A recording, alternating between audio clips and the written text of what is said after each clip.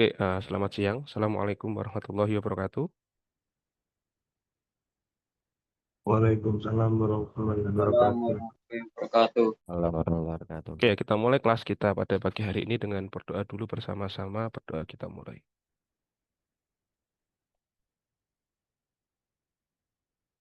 Oke, sudah selesai. Ya, ini mohon maaf ya tadi linknya agak terlambat. Tadi saya sudah share ternyata share ke grup kelas yang semester lalu. Ya, oke. Nah, eh, pertemuan kemarin ya kita sudah membahas ya tentang ekonomi ekonomi Islam ya, atau ekonomi syariah, ekonomi syariah. Ya, ini kalau bahasa Inggrisnya, ya kalau bahasa Inggrisnya itu Islamic Economic ya, Islamic Economic. Jadi bukan syariah economic sebenarnya.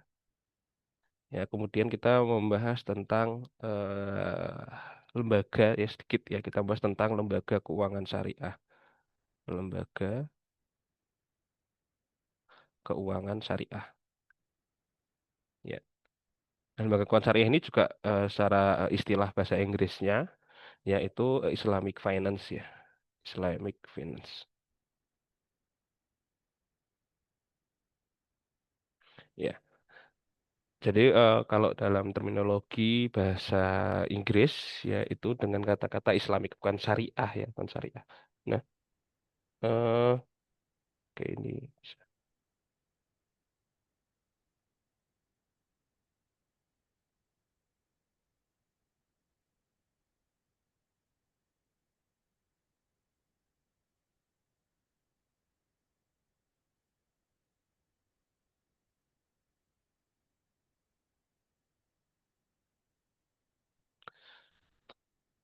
ya. Nah, eh sekarang ya kita membahas tentang masih berkaitan dengan ekonomi syariah ya.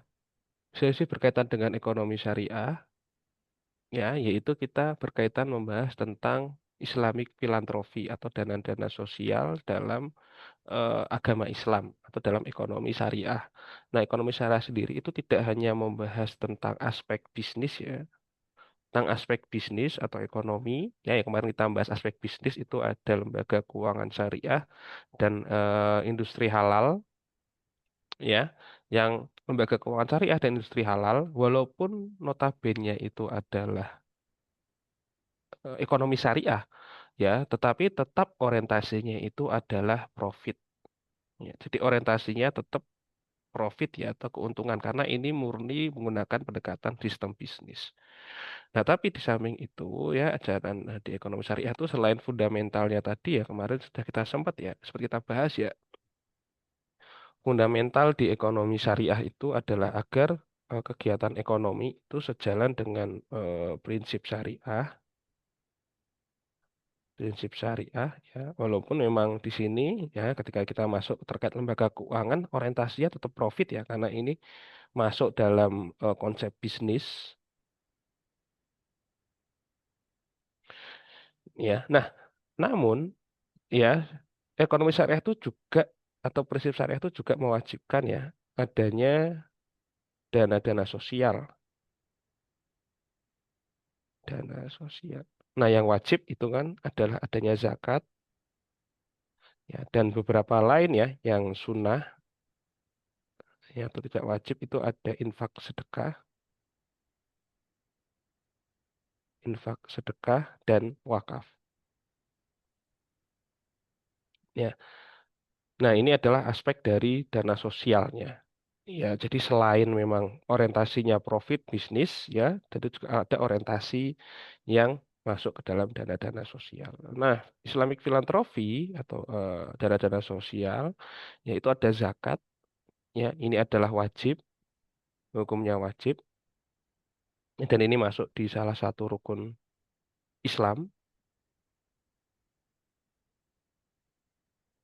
Ya, kemudian ada infak sedekah, ya, ini sunnah, ya, dan ada wakaf, ini juga eh, sunnah ya, tidak wajib. Ya. Nah,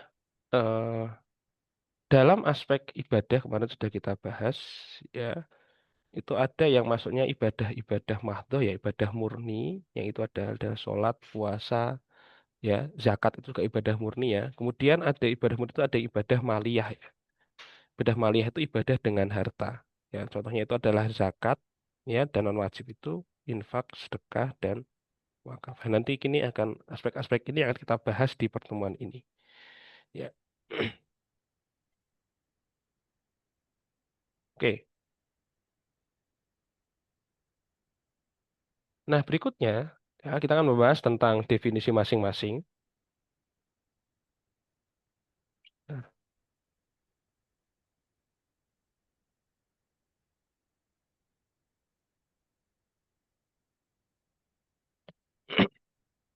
ya, saya ingin jelaskan tentang definisi zakat dulu. Ya, mungkin kawan-kawan sudah pernah belajar ya atau membaca.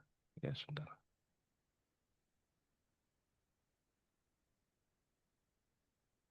Oke, nanti untuk rekaman ini sebenarnya sudah terrecord ya. Nanti saya share di YouTube ya. Ini kayaknya sudah kerecord ya. Nanti saya share di YouTube untuk rekaman perkuliahan ya.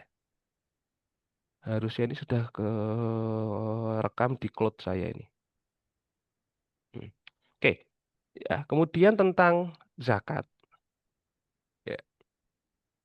Nah, zakat itu adalah salah satu rukun Islam. Ya. Dan ini hukumnya wajib. Ya, wajib dikeluarkan atau wajib dilaksanakan. Nah, zakat sendiri ya itu secara garis besar terbagi menjadi dua.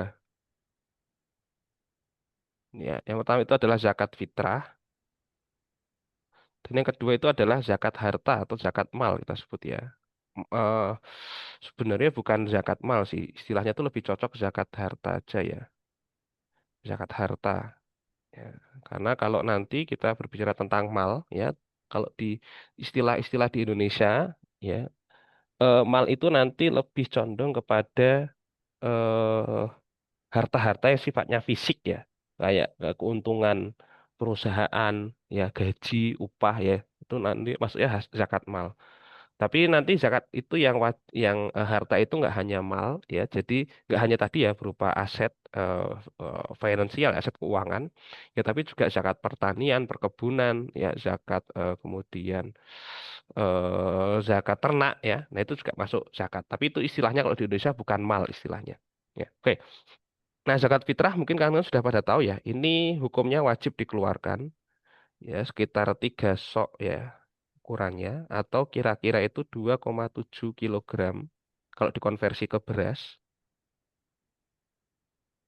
ya, dan ini wajib dikeluarkan ya saat menjelang malam Lebaran maksimal ya, malam Lebaran ya, atau maksimal itu adalah sebelum sholat Id ya, sebelum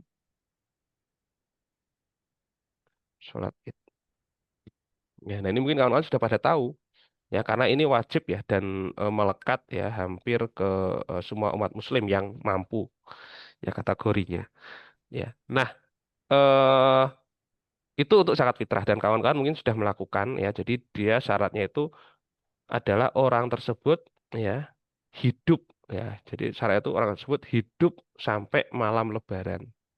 Ya, jadi eh, nggak harus dia sudah balik, nggak harus dia eh, apa namanya akil ya, nggak harus ya dia sudah balik atau berakal, nggak harus ya. Asal dia hidup di malam Lebaran, maka dia wajib mengeluarkan zakat fitrah. Ya, hidup di malam Lebaran itu artinya hari terakhir buka puasa, hari terakhir berbuka puasa.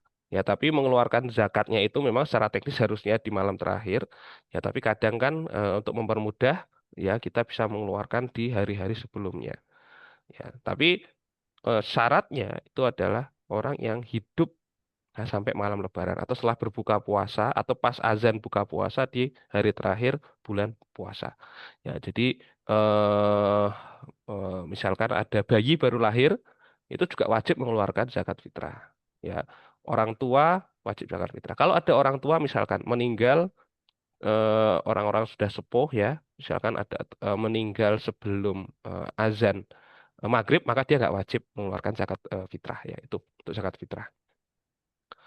Oke, eh, kemudian ya ada zakat dengan harta ya. Zakat dengan harta ini bermacam-macam ya. Tapi nanti kita akan mengerucutkan ke zakat mal tadi yang kita sebutkan. Nah, zakat dengan harta itu nanti ada yang zakat ternak ya, kemudian pertanian dan perkebunan ya, kemudian ada zakat mal itu sendiri ya, kemudian ada zakat seperti zakat tambang ya, zakat pertambangan ya, kemudian ada eh, zakat mal itu sendiri ya, ternak, pertanian, pertambangan, dia kenapa ada zakat? Karena ini mengambil dari hasil bumi ya, hasil bumi ya, mau nggak mau kayak ternak itu kan hasil bumi, pertanian kan juga hasil bumi, pertambangan juga hasil bumi, jadi ada zakatnya. Nah, nanti bermacam-macam penghitungannya ya. Zakat ternak itu biasanya kambing 40 ya, maka eh, zakatnya satu kambing yang usianya itu 1 tahun ya.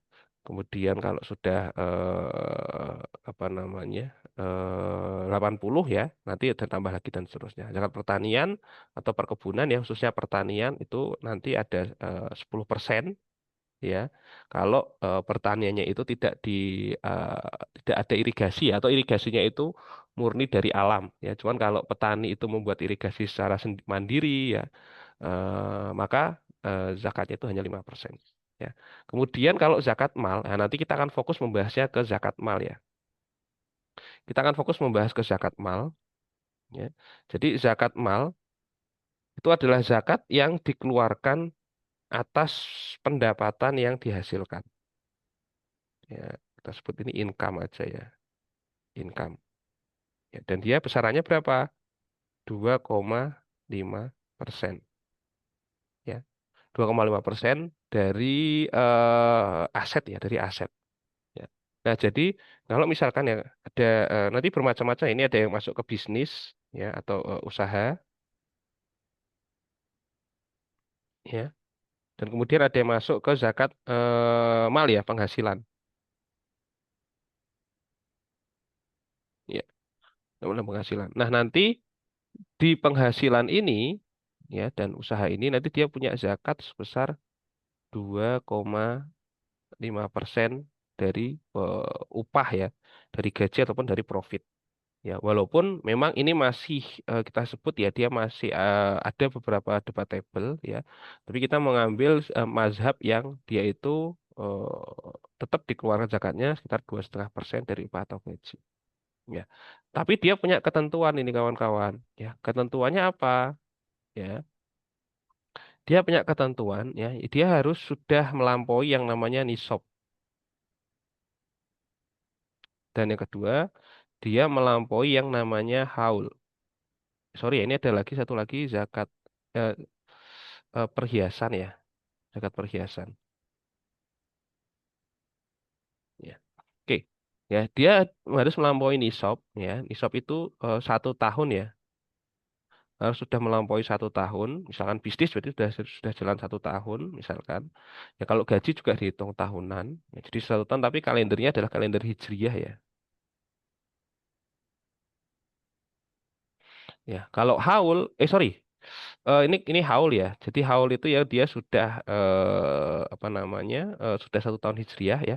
Kalau nisab tuh dia punya batas minimum ya. Jadi nggak semua gaji itu ada ketentuan zakatnya ya. Tapi dia ada batas minimumnya ya. Kalau nggak salah batas minimumnya itu adalah 40 dinar ya. Nggak salah 40 dinar. 1 dinar itu setara dengan 2,5 gram ya.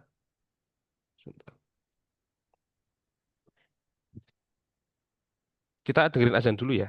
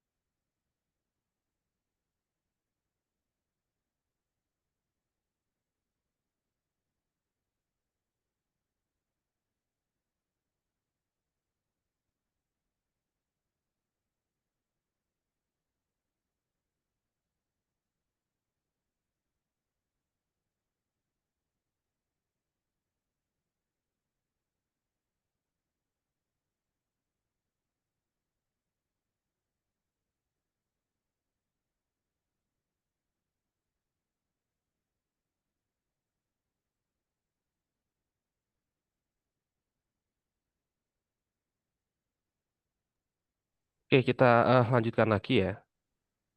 Nah, nanti ada nisab ya. Nisabnya tuh kira-kira 20 ya, 20 dinar kalau dikonversi, 20 dinar emas ya atau mata uang dinar pada waktu dulu ya, bukan dinar mata uang di Kuwait ya, tapi 20 dinar itu satu dinar itu setara 4,25 gram atau kira-kira tuh 85 gram. Ya, ini dikali 85 ya. Nah, 85 ini ya, kalau misalkan satu gramnya itu 1 juta, ya berarti jika 1 tahun gajinya itu 85 juta, ya maka dia punya kewajiban untuk membayar zakat sebesar 2,5%. Nah, ini adalah nisab ya, nisab. Ya. Jadi at least kalau 95 berarti per bulannya itu at least sekitar mungkin kira-kira 6 ya, 6 sampai 7 juta. 6 sampai 7 jutaan kira-kira ya. Tapi ini juga penghitungannya masih banyak interpretasi ya, banyak debatable. Ya artinya tetap nanti ada yang berkata bahwasanya 80 juta ini nanti dia harus sudah memuat apa ya, mengurangi biaya-biaya operasional untuk kerjanya ya, karena ini kan dihitung atas profit murni ya dan lain sebagainya. Ya, tapi ini masih debatable ya. Tapi intinya zakat mal itu bekerjanya seperti itu. Ya, jadi dia harus sudah ada nisabnya ya, ada batas minimalnya dan ada haulnya ya, sudah masuk dalam 1 tahun periode. Ya. Nah, zakat sendiri ya itu tadi ya secara definisi itu adalah harta yang wajib dikeluarkan apabila telah memenuhi syarat yang telah ditentukan oleh agama. Ya, syaratnya itu apa tadi ya? Haul dan nisab. Ya. Nah, kenapa harus berzakat di sini?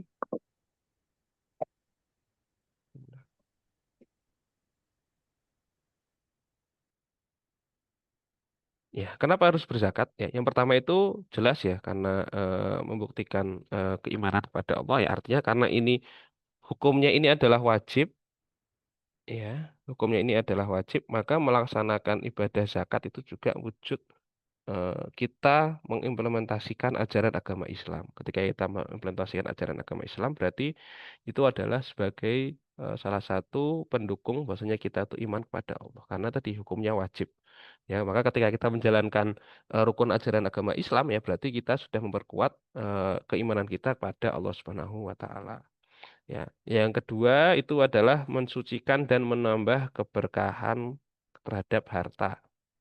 Ya, kita tahu ya sebenarnya ya, harta yang kita miliki ya itu tidak 100% murni bersih, murni suci. Ya, nggak 100% itu murni bersih, murni suci. Ya, walaupun mungkin kita sudah yakin bahwasanya 100% usaha yang kita lakukan itu adalah murni halal. Ya. Nah, yang 100% murni misalkan kita halal ya, secara transaksinya atau cara mendapatkan harta itu halal ya, tapi kita nggak bisa pungkiri harta yang kita dapatkan itu nggak 100% itu suci ya, atau bersih. Kenapa?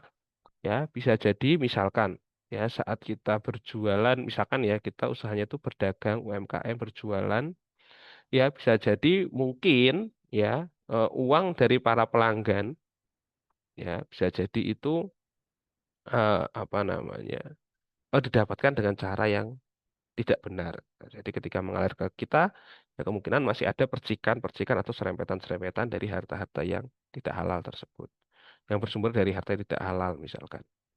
Ya, ataupun misalkan apa barang-barang yang kita jual mungkin ya pas kita beli ke orang lain ya, pas kita kulaan dan lain sebagainya, ya eh, mungkin ya ada harta kita ya walaupun kita sudah 100% transaksinya sesuai. Ya, mungkin bisa jadi ketika kita membeli barang ya, itu ada orang yang mungkin apa namanya istilah kata itu mungkin orang orang lain itu mungkin merasa dia itu tidak mendapatkan jatah dari barang yang kita beli. Ya, misalnya kita beli 10 ton beras ya. Dan misalnya kita jualan beras, kita beli 10 ton beras dari gudang. Ya, bisa jadi ketika ada orang lain yang mau beli, itu malah nggak kebagian bisa jadi. Ya, jadi ada faktor-faktor eksternal ya, istilah kata itu faktor X ya, yang tidak bersinggungan langsung dengan transaksi bisnis kita. ya, yang itu bisa membuat apa namanya, mengurangi dari istilah kata itu ya kayak keberkahan harta kita.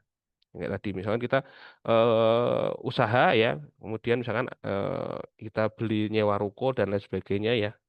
Tapi mungkin secara hukum syariah kita anggap sudah sesuai ya, tapi mungkin ada mungkin ketika kita menyewa ruko misalkan ya, kemudian kita merenovasi ruko mungkin ya kita misalkan ada orang yang merasa terganggu.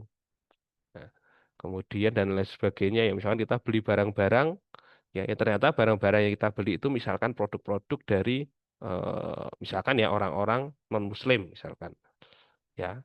Nah, itu kan mengurangi ya keberkahan atau kesucian harta kita. Dan itu nanti bisa dibersihkan ya dengan yang namanya zakat. Ya, jadi zakat itu mensucikan dan menambah keberkahan harta kita. Karena tadi ada potensi-potensi harta yang kita dapatkan, ya itu bersinggungan misalkan dengan dengan produk-produk non-Muslim misalkan. Ya, kemudian misalkan ada mungkin pembeli kita itu yang kemungkinan mendapatkan hartanya dengan cara tidak halal misalkan. Nah, itu kan bersinggungan dan itu kan mengurangi kesucian dan kemurnian harta yang kita miliki. Dan itu bisa dibersihkan ya dengan namanya zakat. Nah, maka zakat itu memang salah satunya adalah untuk mensucikan dan membersihkan harta dan menambah keberkahan. Ya, kemudian peduli ke kaum-kaum lemah ya, karena di sini zakat itu disalurkan ke 8 asnaf ya. Jadi nanti kita akan jelaskan ya perbedaan zakat, infak, sedekah. Jadi zakat itu disalurkan ke khusus ya, khusus disalurkan ke 8 asnaf yang rata-rata itu memang orientasinya itu adalah orang-orang kurang mampu. Ya, jadi bisa termasuk kepedulian kita kepada orang-orang duafa. Ya, nah, nanti bisa juga ya pemberdayaan ekonomi nanti yang kita bahas ya. Kemudian mengikis rasa kikir dan rakus ya karena dengan harta yang kita miliki ya itu sebenarnya bukan berarti 100% harta itu atas usaha kita. Ya misalkan saya jualan sukses ya, uang saya jadi nambah banyak misalkan 100 juta, 100 miliar misalkan. Dan sebenarnya kesuksesan saya itu bukan murni eh, usaha saya sendiri. Ya, tapi itu bisa ada dari intervensi dari Allah Subhanahu wa taala yang memudahkan usaha-usaha kita. Nah, ketika kita yakin ya bahwasanya usaha kita itu enggak 100% usaha kita murni dan ada intervensi dari Allah atas usaha-usaha kita, ya, maka kita akan merasa nggak kikir, kita nggak akan merasa rakus dengan harta yang kita miliki. Dan kita nanti akan beri keyakinan bahwasanya harta yang saya miliki itu bisa tercapai karena usaha saya dan itu atas bantuan juga ya atas kemudahan yang diberikan oleh Allah Subhanahu wa taala. Jadi kita nggak merasa tamak atas harta yang kita miliki dan kita meyakini bahwasanya kesuksesan kita itu ada intervensi dari Allah Subhanahu wa taala. Ya, dan kemudian bisa menambah ketenangan dan kehidupan kita. Ya, itu adalah tentang zakat ya, tentang definisi zakat ya. Kemudian kenapa harus berzakat? Ya, dan nanti akan kita jelaskan ya. Sorry, apa kita jelaskan aja ya. Oke. Nah, kemudian ini ya, eh untuk zakat sendiri ya, dia harus ada penerimanya secara khusus. Ya, jadi penerima zakat itu khusus ya. Enggak semua orang bisa menerima zakat. Ya, jadi dia punya ketentuan-ketentuan khusus. Ya, jadi zakat sendiri ya inputnya itu khusus. Ya, inputnya itu sendiri khusus. Ya, ada ketentuannya. Khusus itu ada ketentuan ya. Ada ketentuan tadi ya. Jadi harus ada nisab ya, harus ada haul ya dan persentasenya itu jelas 2,5% misalkan ya untuk mal ya. Untuk zakat fitrah tadi ya 2,5 kilo apa namanya 1 sok ya. Bentar, zakat fitrah tuh.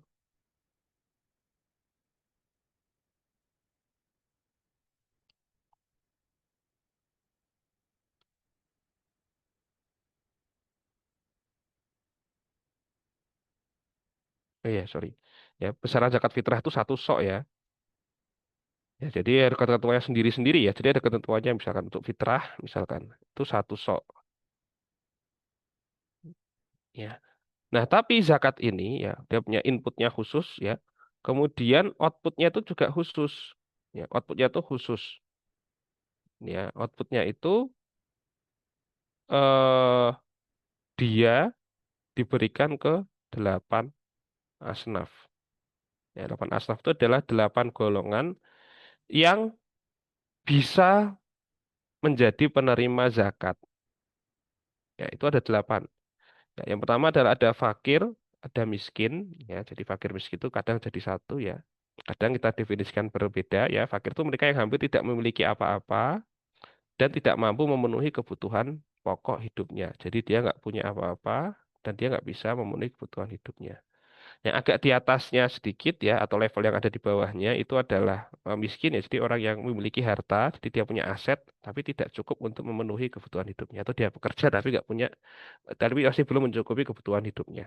Ya, contoh kalau fakir sendiri contohnya itu orang-orang yang sudah tua ya, orang-orang lansia biasanya ya, ya dia itu tidak punya potensi untuk bekerja, ya dan dia tidak mampu memenuhi kebutuhan pokok hidupnya maka itu masuk dalam golongan fakir. Kalau miskin itu biasanya dia masih bisa bekerja tapi kadang uang itu nggak bisa mencukupi kebutuhan kebutuhan dasar ya, kebutuhan dasar hidupnya untuk makan dan pakaian.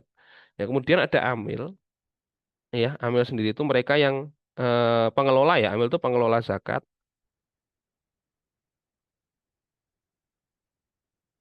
Pengelola zakat mereka yang mengumpulkan dan mendistribusikan zakat itu namanya amil zakat. Yang kemudian ada mualaf itu juga masuk. Kemudian ada hamba sahaya, ya budak yang ingin memerdekakan diri, tapi ini sekarang sudah nggak ada. Kemudian ada gorim, ya orang yang berhutang, jadi yang memiliki utang, tapi utangnya itu untuk kebutuhan hidup ya, bukan utang untuk gaya hidup, tapi untuk kebutuhan hidup. Kemudian ada fisabilillah, ya yang berjuang di jalan Allah, misalkan untuk dakwah, belajar, ya. Eh, Belajar itu juga masuk fisabilillah. Ya untuk dakwah itu juga bisa ya, dai itu juga dapat masuk golongan fisabilillah atau ibnu sabil. Nusabil itu orang yang melakukan perjalanan ya, tapi dia perjalanannya itu untuk mencari ketaatan kepada Allah Subhanahu wa taala. Jadi ini 8 yang khusus menerima zakat ya. Tadi ya zakat fitrah itu satu sok ya, mohon maaf, satu sok ya, satu sok itu kisaran 2,5 atau 2,7 kilogram beras. Kisaran ini. Ya. Oke. Kemudian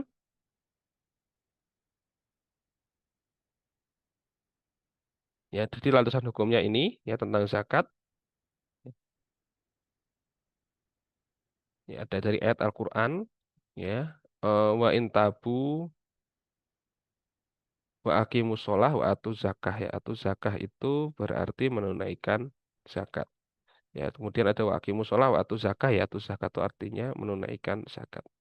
Ya, kemudian yang 8 asnaf itu di sini ya. Innama shodaqatu lil fuqara'i wal masakini wa amilina 'alaiha dan seterusnya. Ya, di sini ada 8 golongan ada fakir, miskin, amil, mu'alaf ya, firikob ya. Firikob itu hamba sahaya.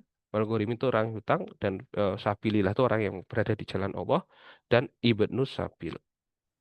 Ya, kalau dari hadisnya ya itu kemarin ya kita sudah bahas ya tentang hadis Jibril ya Buniyal Islamu ala khomsin apa ketika malaikat Jibril itu bertanya tentang eh, Islam ya kemudian dijawab Islam itu bersyahadat dan seterusnya.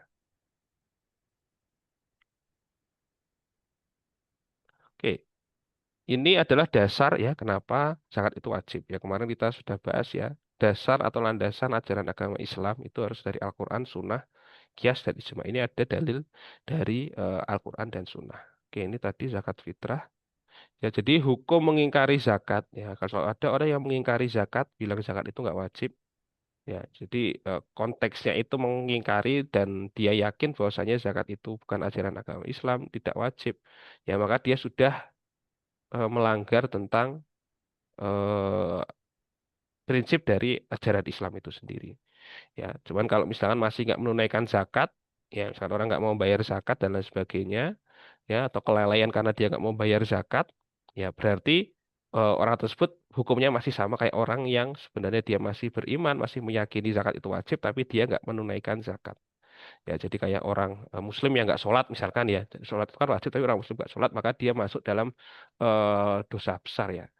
Oke, berikutnya ya tadi ini peran fungsi zakat. Nah, di sini eh sebentar ini nanti kita jelaskan aja ya. Oke. Oke.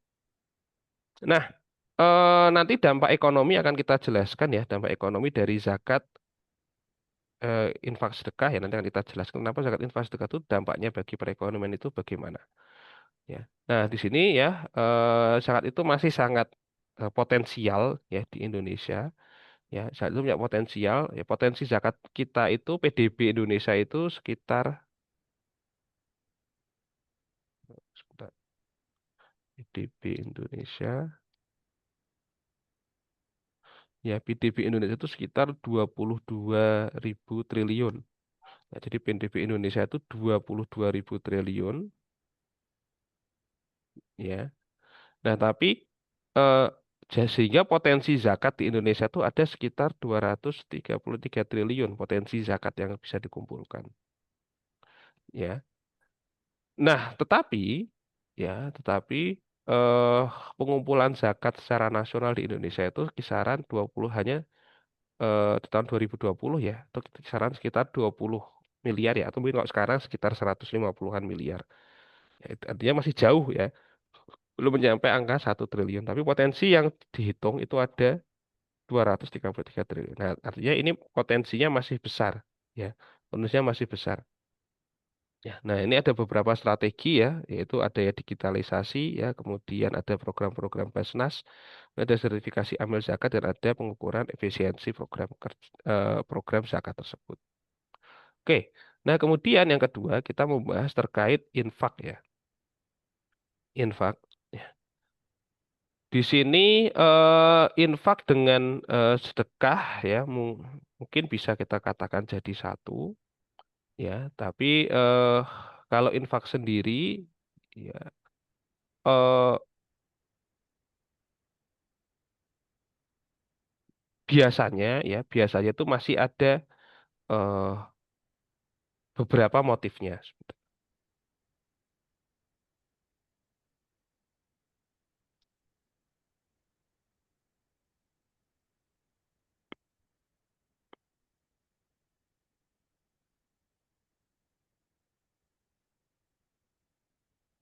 Oke, kita mungkin bahas infak saja ya, karena secara istilah infak dan sedekah itu hampir mirip ya. Tapi infak itu ya nanti dia infak itu sebenarnya lebih melekat kepada eh, pemberian-pemberian yang dia itu ada landasan syariahnya ya. Tapi infak sendiri ya itu diartikan ya nanti infak sedekah itu diartikan dia pemberian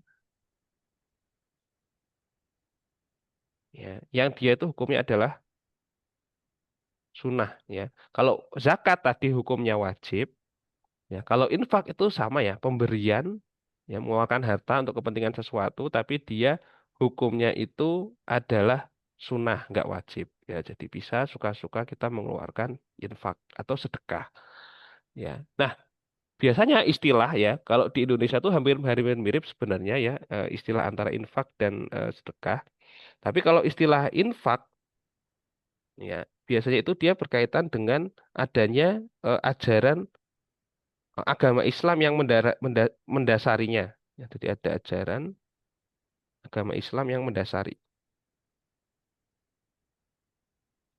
Ya, contoh misalkan ya, infak masjid.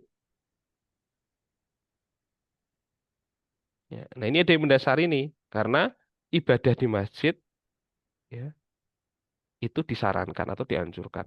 Ya, maka ini maksudnya infak wajib, infak masjid. Ya. Kemudian ya ada juga istilah infak suami ke istri. Ya. Atau ini kita sebut nafkah biasanya. Nafkah ya. Nafkah atau nafkah.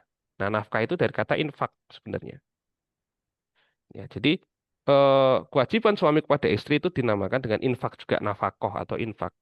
Jadi ada ada dasarnya yaitu nafkah suami ke istri. Ya, jadi istilah infak itu biasanya melekatnya di sini. Ya. Nah, kalau sedekah, ya, sedekah biasanya itu dia tidak ada motif-motif dari ajaran agama Islam, tapi dia murni biasanya give aja ya. Tapi walaupun dia memang tetap ada motifnya spiritual, ya, tapi dia secara istilah ya, eh biasanya dia yang tidak terikat dari ajaran agama Islam. Jadi dia tidak terikat. secara istilah ya. Kayak misalkan apa namanya beberapa istilah kayak misalkan kadang ada istilah tuh kayak sedekah subuh ya, sedekah subuh. Ya, jadi dia nggak terikat kemanapun nih sedekah subuh nih. Ya tapi dia mengeluarkan uang diberikan pada waktu subuh. Misalnya atau sedekah Jumat misalkan ya, sedekah Jumat ya.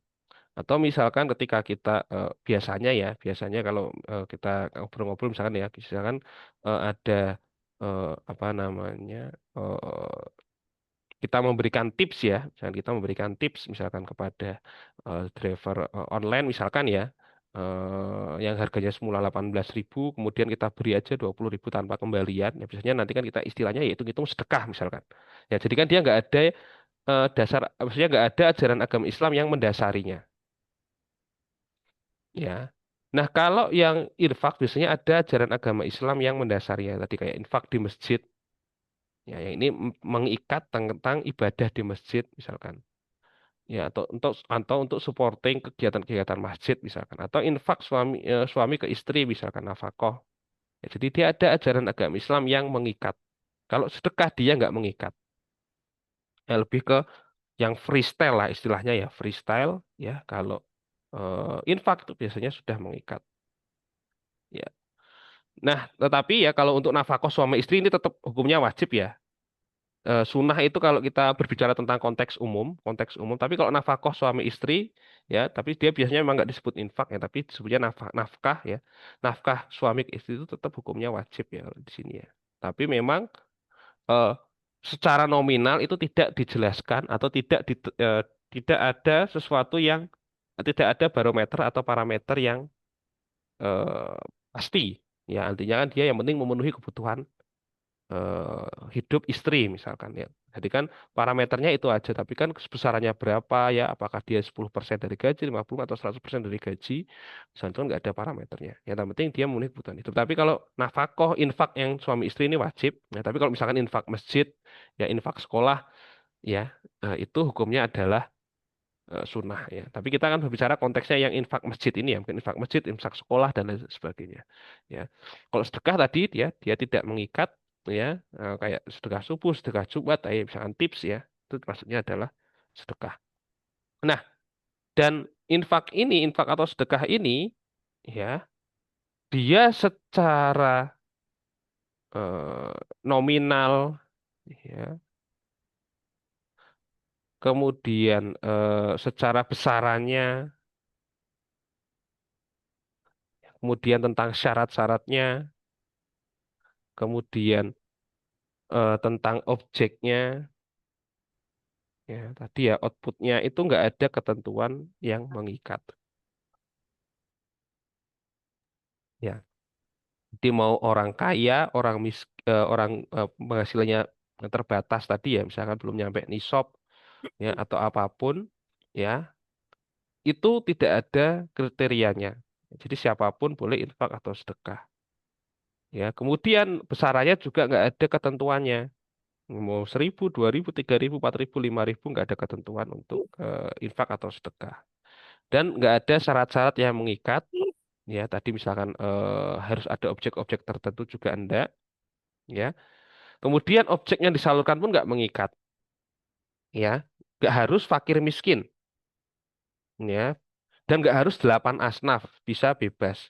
Ya, bahkan ketika kita misalkan raktir teman kita sendiri, ya itu bisa kita sebut dia sebagai sedekah. Ya misalkan saya traktir kawan-kawan misalkan atau misalkan ada kawan-kawan naktir sesama temennya itu bisa dikatakan sebagai sedekah ya. Jadi dia tidak terikat ke fakir miskin ya dan tidak terikat ke 8 asnaf, freestyle bebas. Ya besarannya pun juga bebas ya, syarat-syaratnya pun juga bebas ya. Tapi yang penting pondasinya ini ya, pondasinya tetap harus di lingkungan umat muslim ya, di lingkungan umat muslim kalau bisa diberikan ke sesama umat muslim. Ya, jadi dia sistemnya adalah gift juga, ya. Tapi dia tidak tidak terikat ya ini secara istilah ya. Nah, nanti kita akan fokusnya pembahasannya ke situ. Walaupun nanti kalau kita detailkan lagi itu mungkin punya kriteria-kriteria misalkan tadi ya nafkah suami ke istri itu wajib ya, kemudian misalnya berapa dan sebagainya itu mungkin ada ketentuan-ketentuannya. Tapi secara umum dia itu freestyle. Ya, jadi nominalnya terserah ya. Kemudian orang yang memberikan itu juga terserah ya, mau dia kalangan kaya ya atau misalkan kalangan yang menengah ke bawah ya itu terserah. Ya, kemudian besarannya juga nominalnya juga terserah ya. Kadang ada orang yang sedekah itu 10.000, 1.000, 20.000, 30.000, 100.000, 1 juta, 2 juta sampai 100 juta. Ya itu nggak masalah ya. Bahkan misalkan dia punya penghasilan 100 juta, misalkan ya per tahun dia punya penghasilan 200 juta misalkan. Ya, kemudian dia mau menyedekahkan 50% dari pendapatannya juga nggak masalah. Ya, nggak ada ketentuan yang atau dia mau ada orang penghasilan 200 juta dia mau infak atau sedekah 100 juta nggak masalah. Mau dia punya uang 100 juta, dia mau infak sedekah 1 juta pun juga nggak masalah. Jadi nggak ada ketentuan yang mengikat. Kemudian mau diberikan pada orang lain, ya baik itu orang kaya atau miskin, sorry, ke sesama umat. Tapi intinya sesama umat Muslim ya, mau diberikan kepada orang kaya atau miskin itu juga terserah.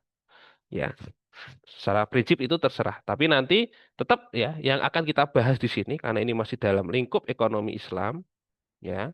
Nanti di sini kita akan memfokuskan bahwasanya gift ya atau pemberian dari infak sedekah dan nanti itu ada zakat juga ya. Nah, nanti kita akan fokus ya orientasinya ini pemberiannya kepada orang-orang kurang mampu atau duafa atau orang-orang kurang mampu. Ya, ini nanti fokusnya kita give-nya ke sini. Oke, next tentang infak sedekah tadi sudah ini ada dasarnya ya. Istilah nama dayung fikun ya ini jadi eh, tentang pertanyaan bagaimana apa itu hukum ya. Kul ma'afaktum min khairin falilwalidaini wa aqrabin wal yatamal masakin dan sabil dan seterusnya ya. Jadi mereka bertanya tentang nafkah ya, ini tentang nafkah. Nafkah itu apa aja harta yang diberikan kepada bapak ibu ya, kaum kerabat, anak-anak yatim, orang miskin dan orang yang sedang melakukan perjalanan ya. Masalah ladzina yunfikun ya ini nanti ada dalil juga ya orang-orang perumpamaan orang-orang yang menginfakkan hartanya di jalan Allah itu seperti sebutir biji yang tumbuh 7 tangkai dan setiap tangkai itu ada 100 biji.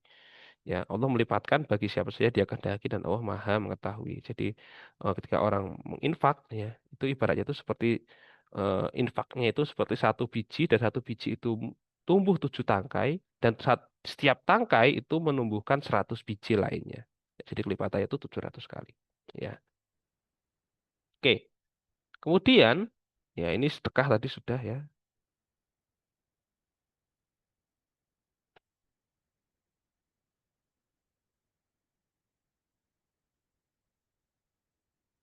Ya, bahkan sedekah itu bisa non material ya. Ini secara istilah ya.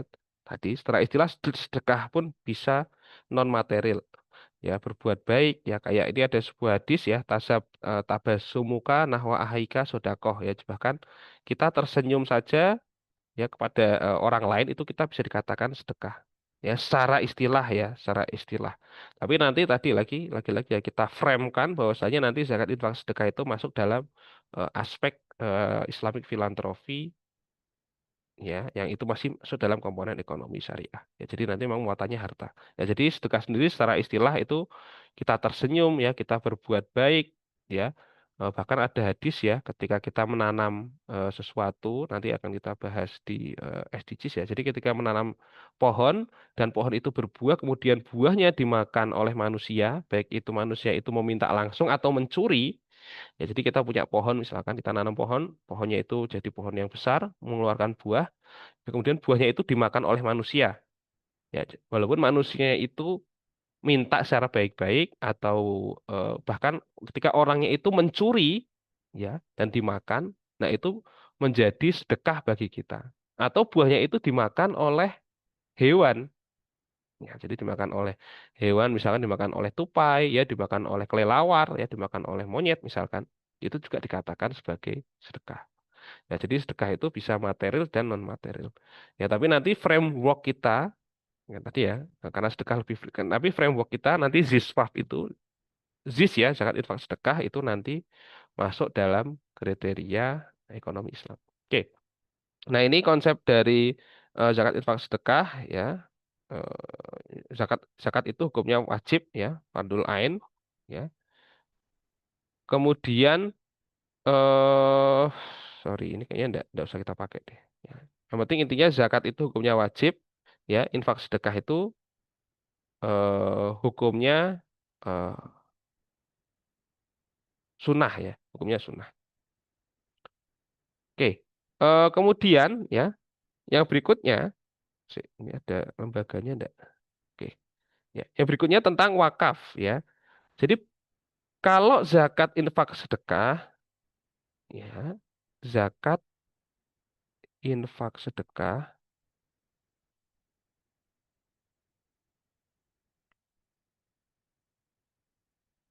ya, itu dia berupa gift ya, gift atau grant istilahnya. Ya, jadi diberikan secara langsung ya. Misalkan ada zakat sebesar 100 juta misalkan, dana zakat itu 100 juta. Maka 100 juta ini akan menjadi gift atau diberikan misalkan kepada 8 asnaf tadi. Ya. Ataupun infak juga sama ya. Misalnya ada orang berinfak ya sebesar 100 juta, nah maka 100 juta itu disalurkan kepada fakir miskin berupa gift pemberian dan 100 jutanya itu nanti akan habis atau dihabiskan. Ya. Berbeda dengan wakaf ya. Wakaf itu dia secara arti dia menahan hak milik atas materi benda dengan tujuannya menyedekahkan manfaat atau faedah dari wakaf tersebut. Ya, jadi kalau wakaf ya mungkin ini kalau istilah-istilah orang-orang yang biasa digunakan dalam istilah-istilah ekonomi atau di lembaga-lembaga negara ya contohnya ya yang konsepnya sama seperti wakaf itu adalah dana abadi istilahnya. Ada dana abadi. Nah, dana abadi itu konsepnya seperti wakaf. Ya, jadi wakaf itu misalkan ada dana wakaf sebesar 100 juta misalkan. Nah, 100 juta ini ya nanti dikelola sehingga menghasilkan yang namanya nilai manfaat ya atau misalkan 100 juta ini diinvestasikan menghasilkan keuntungan ya baru nanti nilai manfaatnya atau keuntungannya itu disalurkan kepada penerima manfaat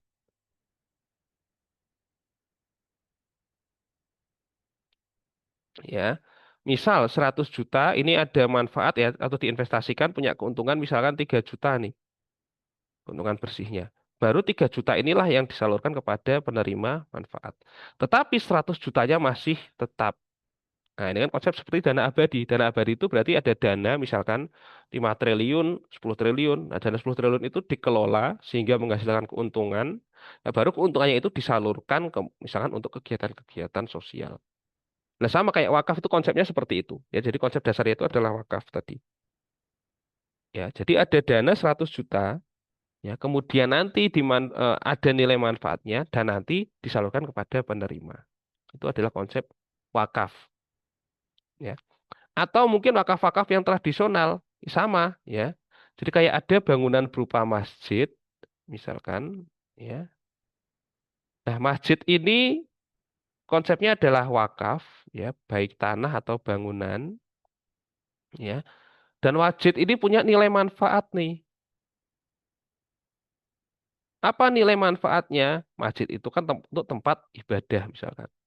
Tempat ibadah. Nah, nanti penerima manfaatnya siapa? Penerima manfaatnya ya jamaah yang ingin sholat. Nah, ini adalah konsep wakaf. Jadi masjidnya itu nanti asetnya akan tetap. Di aset wakaf itu tetap, tapi yang disalurkan itu adalah nilai manfaatnya yang diberikan kepada orang yang menerima manfaat. Ya, bisa difahami ya, itu terkait wakaf. Beda dengan zakat infak sedekah. Zakat infak sedekah itu berupa gift, pemberian, grant. Walaupun nanti bermacam-macam ketentuannya, proyeknya, programnya. Ya, tapi dia intinya gift ya, pemberian. Kalau wakaf tadi ya pemberiannya itu ditahan. Jadi yang diberikan itu adalah nilai manfaatnya. Ya, baik itu tadi ya nanti wakaf itu juga bermacam-macam ya. Ada wakaf yang untuk tempat ibadah, untuk sekolah misalkan. Ada juga wakaf yang bisa adalah untuk bisnis. Ya, tapi intinya uangnya itu atau asetnya itu tertahan yang diberikan itu adalah nilai manfaatnya. Ya, wakaf untuk bisnis bisa nggak, Pak? Bisa. Kayak tadi misalkan uang 100 juta. Atau misalkan ada orang kaya, misalkan, ya, dia ingin bangun Indomaret tapi Indomaretnya itu untuk wakaf. Bisa nggak? Bisa. Ya, jadi nanti Indomaretnya itu adalah dana wakaf, kemudian nanti Indomaret itu punya keuntungan tahunan, dan nanti keuntungan tahunnya itu baru diberikan kepada orang-orang yang penerima manfaat. Ya, walaupun memang secara prinsip penerima manfaatnya itu juga bebas mau diberikan ke siapapun. Ya, misalkan penerima manfaatnya itu mau diberikan ke misalnya sama orang Muslim, misalkan ya, orang-orang misalkan orang-orang pelajar, misalkan atau mahasiswa atau ingin untuk beasiswa, ya, atau misalkan untuk program pengembangan usaha atau apapun bisa. Penerima manfaatnya terserah. Atau para jamaah itu juga bisa. Misalnya jamaahnya orang mampu atau kurang mampu terserah nggak masalah. Tapi nanti framework kita di yang kita pelajari di ekonomi syariah, ya penerima manfaatnya itu adalah tetap orang-orang kurang mampu. Ya, itu adalah framework kita nanti di zakat, infak, sedekah yang tadi diberikan untuk orang kurang mampu dan wakaf pun sama, nanti hasil nilai manfaatnya diberikan kepada orang yang kurang mampu. Ya. Nah, wakaf sendiri, nah, di sini ada enggak? Ini enggak ada. Nah, wakaf sendiri nanti dia itu memiliki tiga, harus memiliki ada rukunnya ya, ada rukun-rukun wakaf.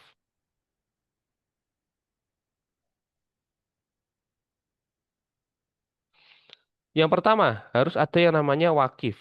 Wakif itu adalah pemberi wakaf. Wakif ini adalah subjeknya atau pemberi wakaf. Yang kedua, itu adalah maukuf. Ya, ini adalah objek wakafnya atau benda yang diwakafkan atau aset yang diwakafkan. Yang ketiga, maukuf alaih. Ya, ini adalah orang penerima manfaat atau penerima tadi ya. Keempat itu ada nazir. Nazir itu pengelola wakaf. Ya,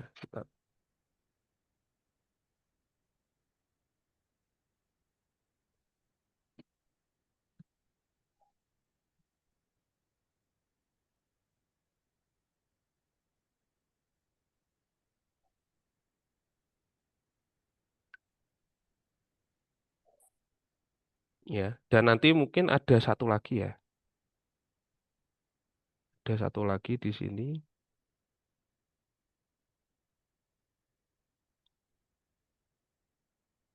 manfaatnya ya. Manfaat kita sebut aja manfaat. Manfaatnya didapatkan. Ya, jadi harus ada 5 komponen ini. Ya. Jadi tapi secara intinya itu ada 4, tapi yang secara keseluruhan itu ada 5. Ya, yang pertama itu adalah orang yang mewakafkan. Contoh misalkan ada si A, ya, dia mau mewakafkan, dia punya tanah ya, tanah dan bangunan misalkan, ya, misalkan tanah dan bangunan, ya ini mau diwakafkan. Nah berarti si A ini adalah tadi nomor satu, ya, dan rumah ini adalah nomor 2 atau objek yang diwakafkannya. Nah, kemudian ketika dia mewakafkan, maka status rumah ini yang semula atas nama si A, ya ini semula kan atas nama si A, dirubah menjadi statusnya menjadi aset wakaf. Jadi tanahnya itu dibalik nama menjadi aset wakaf. Kepe- Nah, kemudian rumah ini, ya, aset wakaf ini kan berarti menjadi milik umat ya. Nah, aset wakaf ini harus ada yang mengelola. Nah, yang mengelola itu namanya nazir, misalkan. Nazirnya namanya si B. Nah, si B ini kita sebut dia adalah nomor 4. Dia yang mengelola aset wakaf.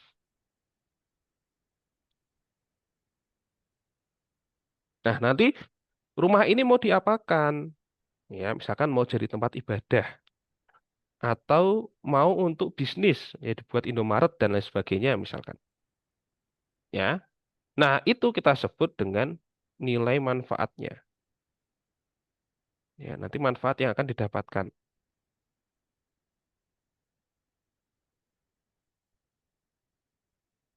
Ya, nanti ada manfaatnya misalkan untuk ibadah atau untuk bisnis. Ya, ini kita sebut sebagai manfaatnya. Ya, kalau ibadah berarti nanti ada dapat tempat untuk tempat ibadah ya. Kemudian kalau untuk bisnis berarti nanti ada profitnya.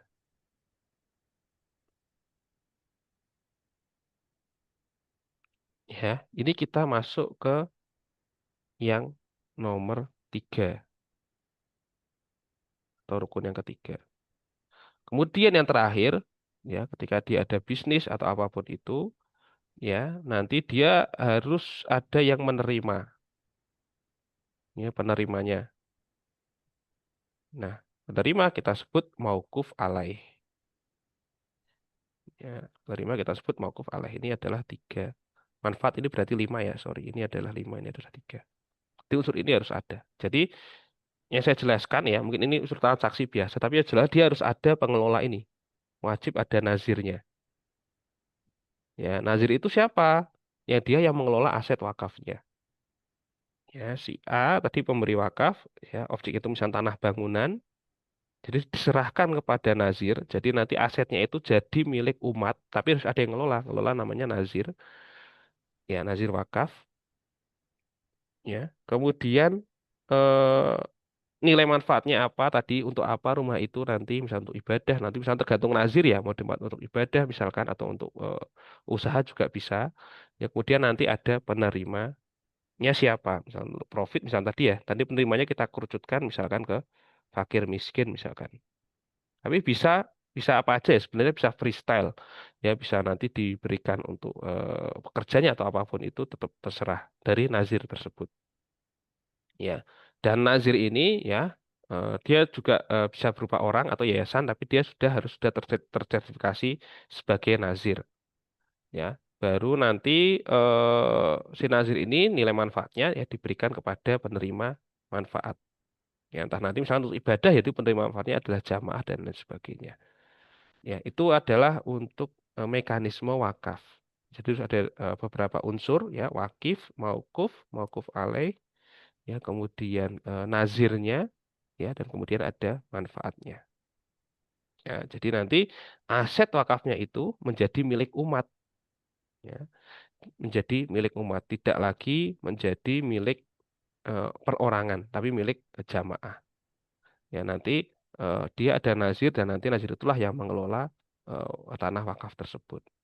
Nah, nanti nazir itu juga bermacam-macam ya. Tadi ada yayasan, ada individu.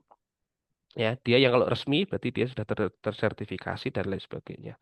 Ya, misalkan si A ini ingin tanah lahannya itu diwakafkan untuk tahfidz, misalnya tahfidz Al-Quran, misalkan. Ya, berarti dia nanti mencari nazir yang dia bisa mengelola pondok tahfidz, misalkan. Ya, biasanya nanti diserahkan ke pondok tahfidz, ya, atau misalkan ke lembaga-lembaga nazir yang lainnya.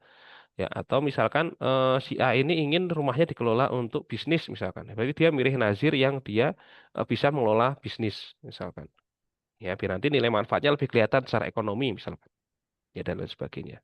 Dan nazir ini tadi ya secara resmi bisa yang sudah tersertifikasi atau sebenarnya nazir itu kalau secara hukum syariah itu bisa siapapun. Ya, bisa siapapun yang dia punya keahlian. Yang penting dia punya keahlian manajemen pengelolaan sumber daya, dia punya keahlian dalam manajemen kalau bisa bisnis, jadi dia punya keahlian dalam manajemen bisnis. Ya, seperti itu. Ya, tapi kadang-kadang yang berlaku di Indonesia yang jadul-jadul ya, biasanya kalau dia mau melakukan tempat ibadah, nazirnya itu dipilih dari keluarganya sendiri, misalkan. Biasanya seperti itu. Tapi yang secara kelembagaan, secara resmi itu sebenarnya nazirnya itu harus tersertifikasi sebagai nazir.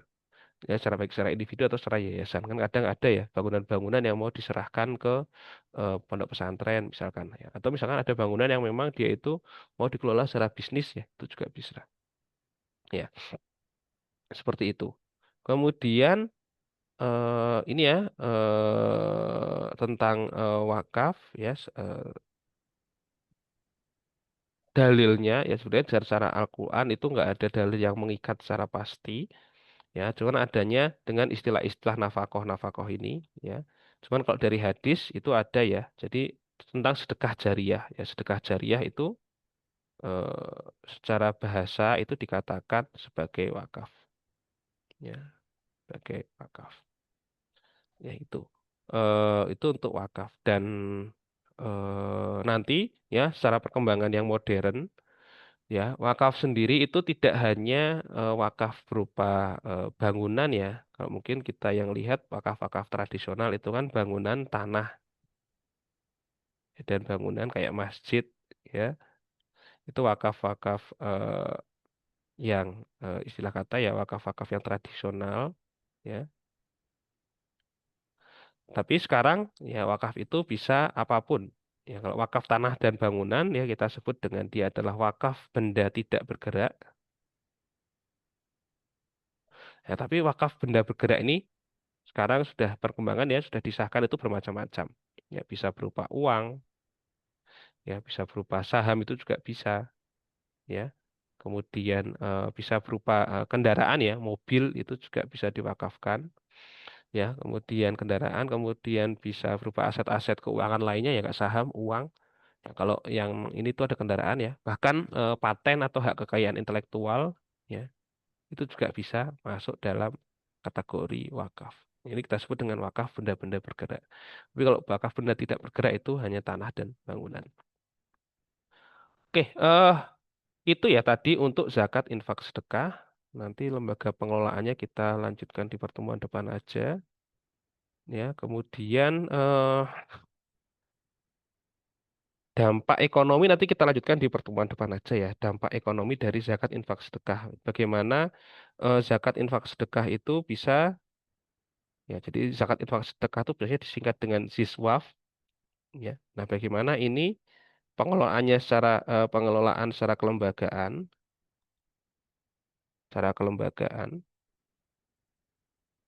ya. Kemudian nanti coba kita lihat ya dampaknya secara ekonomi, dampak ekonomi dari ziswaf itu. Nah, nanti akan kita lanjutkan di pertemuan depan saja. Oke. Mungkin sampai sini ya untuk perkuliahan. Tadi kita membahas tentang apa itu Islamic philanthropy ya dan bagaimana kedudukan Islamic philanthropy dalam ajaran agama Islam di mana zakat itu hukumnya wajib ya karena dia termasuk dari rukun Islam ya. Wajib dan orang yang sudah memiliki ketentuan-ketentuan yang sudah masuk kriteria dia wajib mengeluarkan zakat dan zakat itu eh, punya urgensi ya itu adalah wujud keimanan kita kepada Allah untuk mensucikan harta ya menumbuhkan kepedulian. Kemudian ekonomi mengikis rasa kikir dan menambah ketenangan. Ya, kemudian kita ada infak sedekah ya. Kalau sedekah itu hukumnya sunnah ya. Kalau infak itu memang mengikat ya. Kalau sedekah itu lebih freestyle ya. Bahkan sedekah itu bisa non material ya secara bahasa ya.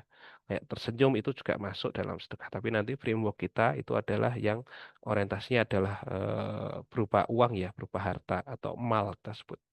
Ya, kemudian berbeda dengan wakaf ya berikutnya. Ya, wakaf itu berbeda dengan ZIS tadi. Ya, kalau ZIS itu tadi sifatnya given ya, give ya, give atau grant ya. Jadi pemberian yang sebenarnya itu nanti bisa langsung habis digunakan. Ya, kalau wakaf itu berbeda. Ya, nilai yang pemberian itu nanti harus ditahan. Yang diberikan itu adalah nilai manfaat dari harta yang dikelola tadi. Ya. Oke, itu saja untuk materi hari ini. Nanti untuk lembaga pengelolaannya ya, kemudian bagaimana sistem siswap ini bekerja, ya dan dampak ekonominya nanti akan kita bahas di pertemuan depan. Oke, sampai sini mungkin ada yang ingin ditanyakan atau didiskusikan dari kawan-kawan sekalian sebelum kita akhiri. Ya, monggo Mbak Rahmalia bisa ini bisa disampaikan kalau ada yang ditanyakan. Pak, izin bertanya. Ya, Saya penasaran dengan si pengelola wakaf itu, apakah bisa untuk mendapatkan dari profit sedikit dari apa barang ataupun saham tersebut? Terima kasih, Bapak. gimana Mbak tadi? Jadi wakaf itu dari profit. Iya, kan kalau wakafnya kan dapat mungkin dari sahamnya itu kan dapat profit. Nah, Mm-mm. si prof yang profit itu tuh bisa untuk diambil untuk menjadi gaji si dari pengelola wakaf itu atau benar-benar disalurkan ke yang lain, Bapak. Menerima. Terima kasih. Ya, oke, ini pertanyaan bagus ya. Tadi terkait sedikit pengelolaan. Bisa, Mbak, bisa. Jadi sebenarnya inti dari wakaf itu penerima manfaatnya itu sebenarnya freestyle ya. Penerima manfaatnya itu bisa bebas. Memang kalau secara ketentuan ya, ketentuan perundang-undangan ya. Jadi dari nilai manfaatnya itu ya. Jadi nanti ya kayak misalkan saya punya, saya mau mewakafkan misalkan ya 100 juta misalkan. Anggaplah ya ini aset keuangan saya ya 100 juta. Ya, kemudian misalkan saya wakafkan misalkan ini yang gambaran sederhana ya, atau tadi nanti kan saya jelaskan di saham ya. 100 juta ini saya wakafkan misalkan. Berarti kan ini maksudnya wakaf uang ya. Wakaf uang. Atau biasanya itu kalau istilah-istilahnya adalah wakaf tunai. Ya. Nah, nanti 100 juta itu misalkan saya masukkan ke deposito. Tapi depositonya harus yang syariah ya. Kalau wakaf itu harus yang syariah. Berdasarkan perbankan juga harus syariah. Kemudian nanti ada bagi hasil misalkan 5%. Berarti kan nilai manfaatnya itu kan 5 juta. Ya. Nah, nanti 5 juta ini yang kita salurkan untuk penerima manfaat. Nah, dalam ketentuan undang-undang itu nanti 10% dari 5 juta ini bisa untuk gaji nazir. Ya. At least kalau nggak salah 10 sampai 20 saya agak lupa. Ya, pokoknya ada persentasenya. 90 atau 20%. Ya, bisa masuk ke gaji nazir sebenarnya. Ya, secara perundang-undangan. Tapi kalau kita mengabaikan undang-undang misalkan, ya, dan kita pakai konsep secara syariahnya, itu sebenarnya bisa berapapun ya, sampai 50%, 60% itu bisa untuk gaji nazir. Ya, tapi kan kalau itu terjadi, ya, akhirnya kan dampak ekonominya kan nggak kelihatan. Dampak ekonominya nggak kelihatan ya kalau misalkan seperti itu. Tapi kan sebenarnya secara prinsip ya dia itu bisa untuk mengelola operasional dari si nazir. Artinya nazir itu bisa jadi salah satu penerima manfaat juga. Ya, jadi misalkan asetnya sudah 1 miliar kan nggak bisa kalau dikelola satu orang aja. Mungkin dia butuh staff-staff untuk mengelolanya, misalkan. Tapi itu bisa untuk masuk ke jadi nazir tadi. Ya.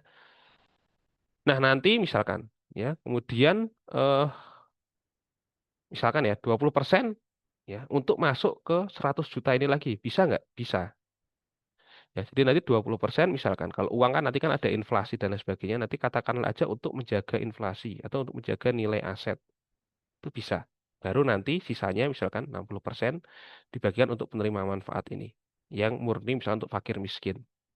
Seperti itu bisa juga. Jadi persentasenya sebenarnya nggak mengikat, tapi secara undang-undang kalau nggak salah itu 10% untuk gaji. Tapi kalau secara prinsip syariah itu bisa berapapun.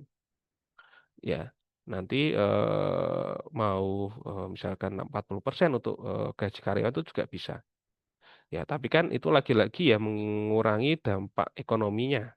Ya, ya seharusnya tadi ketika gajinya, alokasi gajinya itu 40% kan berarti kan ke penerima manfaat langsungnya yang itu fakir miskinnya jadi berkurang. Ya. Nah, tadi contohnya misalkan saham juga sama ya. Misalkan aset saham itu 10 juta, punya profit misalkan 10 juta misalkan. Nah, 10 juta ini kan berarti dia masuk ke dalam nilai manfaat. Nah, nilai manfaat itu nanti misalkan dibagi untuk gaji berapa ya. Kemudian untuk menjaga nilai aset ini juga bisa ya. Kemudian nanti sisanya ke penerima manfaat murni itu baru bisa juga. Ya, jadi nazir itu bisa menerima upah. Tapi ketika dia menerima upah, ya itu masuk nanti kalau 10% aja berarti dia kategorinya itu adalah eh, untuk operasional nazir. Tapi kalau misalkan ya dia untuk menggaji pegawainya ya berarti nanti dia masuknya penerima manfaat. Ya, saya kasih contoh misalkan. Ini sedikit ya, nanti kita bahas di pertemuan minggu depan lagi. Ya, jadi wakaf itu tadi ya, kalau di Saudi, kalau kawan-kawan lihat ya, di Saudi Ya, nanti kita kasih contoh di lembaga pendidikan juga ada. Ya, kalau kawan-kawan tahu di Saudi itu, dan ini ada Masjidil Haram ya, komplek Masjidil Haram, Masjid Haram, Masjidil Haram di Mekah. Nah, di sini sekelilingan ada hotel-hotel nih, ya. Sekeliling Masjidil Haram kan kalau kawan-kawan lihat ada hotel-hotel. Nah, hotel-hotel ini ya sebagian sahamnya kalau nggak salah itu tanahnya ya. Kan ini kan tanahnya kan masih tanah milik Saudi. Ya, tapi tanahnya yang milik Saudi ini adalah tanah wakaf. Ya, jadi dulu itu Saudi itu tanahnya itu milik kerajaan. Ya, tapi kan rajanya itu ya atau milik kerajaan atau dulu itu masuk ke dinasti-dinasti kan dinasti Umayyah, Abbasiyah dan lain sebagainya. Nah, setiap daulah tadi dinasti Abbasiyah, dinasti Umayyah ya, kemudian dinasti apa namanya? eh Misalkan sekarang ya kerajaan Saudi ya dulu tuh setiap raja itu dia tuh selalu mewakafkan tanah-tanah di sekitar Masjidil Haram. Jadi Masjidil Haram sekitar tanahnya itu adalah tanah wakaf. Dan hotel yang dibangun itu adalah kerjasama dengan bisnis lain. Jadi kan ada sahamnya nih, hotel-hotel kan ada saham. Misalkan 50% punya Saudi, 50% misalkan kalau Ritz-Carlton berarti punya Ritz-Carlton misalkan. Nah, 50% ini kan ada keuntungannya nih. Jadi 50% tanahnya wakaf, 50% masuk keuntungan. Nah, keuntungannya ini nanti dia untuk operasional Masjidil Haram. Nah, jadi nanti penerima manfaatnya itu adalah operasional Masjidil Haram untuk gaji pegawai di Masjidil Haram. Kayak gitu. Ya, jadi boleh untuk gaji. Tapi nanti gajinya itu nggak mengikat 100% untuk nazir ya. Kalau untuk nazir mungkin dia ambilnya itu maksimal 10%. Tapi kalau untuk gaji misalkan tadi ya Hotel Ritz-Carlton ya untuk gaji pegawai di Masjidil Haram itu juga bisa. Ya bahkan kalau kawan-kawan tahu ya Unisula Universitas Sultan Agung itu juga tanah wakaf ya. Sultan Agung kampusnya rumah sakitnya itu juga wakaf. Nah, tapi nanti penerima manfaatnya siapa? Ya penerima manfaatnya itu nanti untuk menggaji operasional Unisula. Itu boleh seperti itu. Ya, dan ini nanti akan mungkin kita jelaskan di pertemuan depan. Jadi intinya boleh nggak misalkan untuk gaji nazir dan sebagainya. Itu tidak masalah dan boleh. Oke, itu mungkin ada yang ingin didiskusikan lagi mungkin dari kawan-kawan atau mungkin tadi ada yang kurang paham.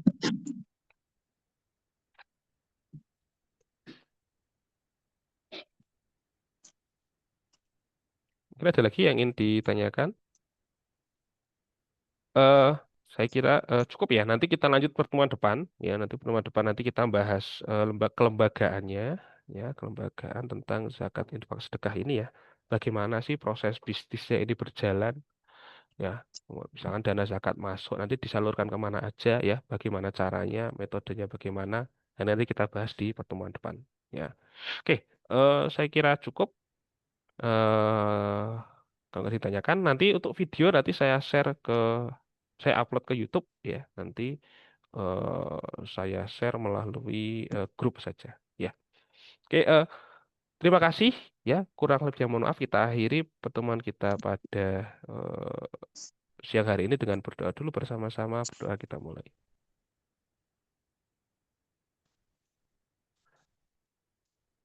Oke, berdoa selesai. Terima kasih. Kurang lebihnya mohon maaf. Selamat siang. Assalamualaikum warahmatullahi wabarakatuh. Waalaikumsalam Waalaikumsalam warahmatullahi warahmatullahi wabarakatuh. wabarakatuh. Terima kasih, Bapak. Oke, Terima kasih, Pak. oke Terima kasih, sama-sama. Pak.